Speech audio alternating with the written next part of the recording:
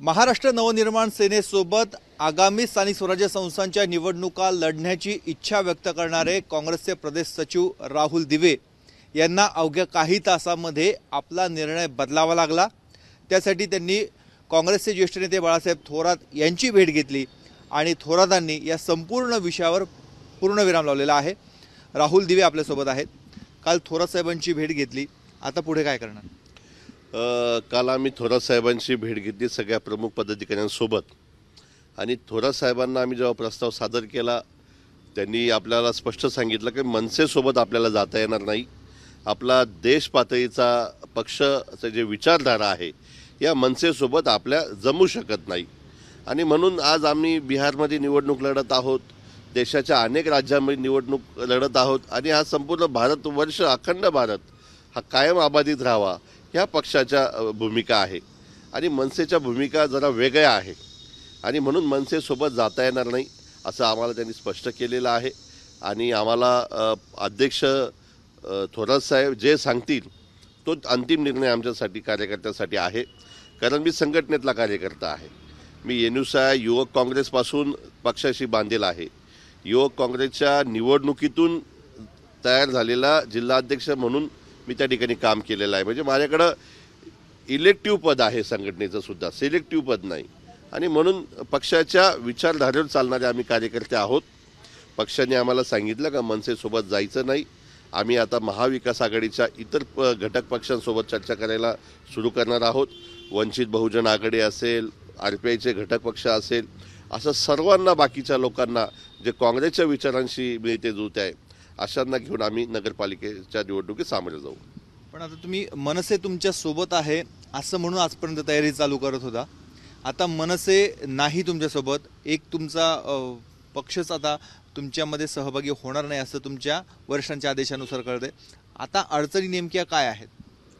अडचणी प्रमुख आमच्याकडे अशी आहे की शिवसेनेसोबत मनसेनी या अगोदरच आघाडी केलेली आहे आणि शिवसेना आमचा महाविकास आघाडीचा मुख्य आणि घटक पक्ष होता आणि मग त्या परिस्थितीमध्ये आम्हाला शिवसेनेला उद्धव ठाकरे गटाला कसं सोबत घ्यायचं ही खरी आमची थोडीशी तारेवरची कसरत होणार आहे, हे काय आम्ही नाकारत नाही।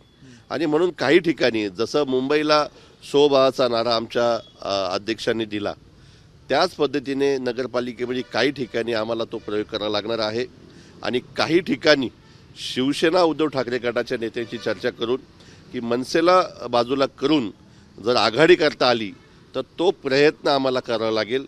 तसं झालं नाही तर आम्हाला शिवसेनासुद्धा सोडून आम्हाला बाकी पक्षांशी आघाडी करायला कदाचित भाग पडू शकतं आणि जसजसं आता निवडणुका नगरपालिकेच्या जवळ येत जातील कार्यकर्त्याच्या ज्या ज्या ठिकाणच्या सर्वेमध्ये आम्ही सर्वे केलेला आहे, सर्वेचे रिपोर्ट जसे येतील तशी तशी मुवमेंट आमची होईल, परंतु तुर्तास आम्ही मनसेसोबत जात नाही आहे।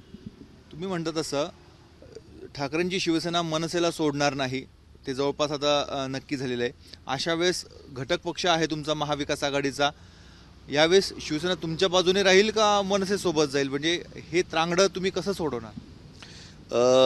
मनसे आणि शिवसेना ही सध्या आपण मुंबईत बघायला मिळते आहे, सोबत बघायला मिळते आणि निश्चित आम्हाला आमची अशी भावना असेल शिवसेनेला उद्धव ठाकरे गटाला की विधानसभा लोकसभा आपण सगळ्यांनी एकत्र लढलेल्या आहे आणि कार्यकर्त्यांचं खऱ्या अर्थानं ह्या दोन्ही निवडणुकीमध्ये मनोमिलन झालेलं आहे।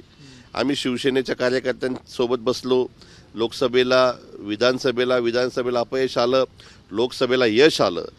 नाशिकमध्ये जे लोकसभेचे खासदार आहे शिवसेनेचे त्यांना निवडून आणण्यामध्ये आमचा पण वाटा आहे, त्याच्यामुळं आमच्या विरोधात मग ते फिरतील का हा सुद्धा कार्यकर्त्यांपुढे मोठा प्रश्न निर्माण झालेला आहे ह्या सगळ्या कालच्या विषयामुळं। तर याच्यावर मला असं वाटतं आमचे प्रदेशाध्यक्ष काहीतरी तोडगा काढतील, कारण खासदारांना आम्ही निवडून देताना आम्ही त्यांच्या पाठीशी फिरलो आणि आता आम्हाला पाडायला ते आमच्या विरोधात फिरतील का असं सुद्धा लोकांमध्ये एक चुकीचा मेसेज जाऊ शकतो आणि म्हणून उभाटा गटाला सुद्धा आमची विनंती राहील की मनसेला सोडून आपल्याला ही मूठ बांधता येईल, जी मूठ आपण बांधली होती लोकसभा आणि विधानसभेला आणि नगरपालिकेला कशी बांधता येईल याच्यावर मात्र आमची परीक्षा याच्यावर निश्चित आहे। तुमच्याकडे सध्या आता दोन पर्याय दिसतात, एक तर स्वबळावर निवडणूक लढवायची किंवा शिवसेनेला सांगायचं की मनसेला सोडून द्यायचं? निश्चित आम्हाला सोबाचा एक पर्याय आहे, परंतु सोबावर लढल्यानंतर आम्हाला किती यश येईल हे आम्ही सांगू शकत नाही. कारण आम्हाला भारतीय जनता पार्टी सारख्या बलाढ्य झालेल्या पक्षासमोर आम्हाला लढायचं आहे. जो पक्ष पैशानी कमी नाही, EVMच्या हॅकिंगमध्ये कमी नाही, डोबार नावं टाकण्यामध्ये कमी नाही, अशा पक्षासमोर आम्हाला लढायचं आहे. आणि ही लढाई निश्चित आमची मोठी आहे, परंतु लढाईमध्ये आम्ही कधी हार मानणार नाही. एकटं जरी लढावं लागलं तरी आम्ही लढू, अशी कार्यकर्त्यांची भावना आहे. एका बाजूला आपण बघतो तुमचे वरिष्ठ नेते राज्यपालांशी किंवा निवडणूक आयोगाशी बोलताना मनसेच्या नेत्यांसोबत जातात, त्यांच्या मोर्चामध्ये सहभागी होतात. मग तुम्ही सहभागी झाल्यावरच काय वावडं नेमकं?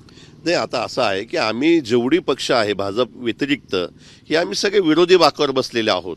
आणि आमच्या सगळ्या विरोधकांचा एकच धर्म असतो की सत्तेत असलेल्या पक्षाला चुकीचे काम होत असेल तर त्यांना जाग आणण्याचा. हे सगळ्याच विरोधी पक्षाचं ध्येय असलं पाहिजे, असं माझं मत आहे. आणि म्हणून भाजपचं जे काही चुकीचं धोरण असलं, जसं निवडणूक आयोगाने दोबार नावाच्या बाबतीमध्ये आम्ही प्रश्न उचलला, राहुल गांधींनी देशामध्ये तीच भूमिका राज ठाकरेंनी महाराष्ट्रात घेतली, म्हणून आम्ही सगळे त्या ठिकाणी एकत्र झालो, त्या मोर्चाला गेलो. भाजप विरोधी पक्ष आम्ही सगळे एकत्र आहोत, म्हणून त्यांचा विरोध करण्यासाठी आम्ही एकत्र आलो आहे, येत असू आणि येणार पण.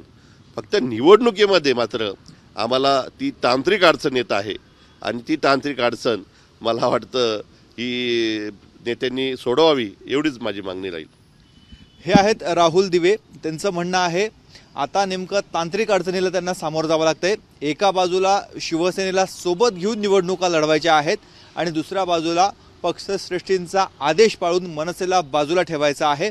या दोन्ही गोष्टी त्यांना सध्या अवघड जात आहेत.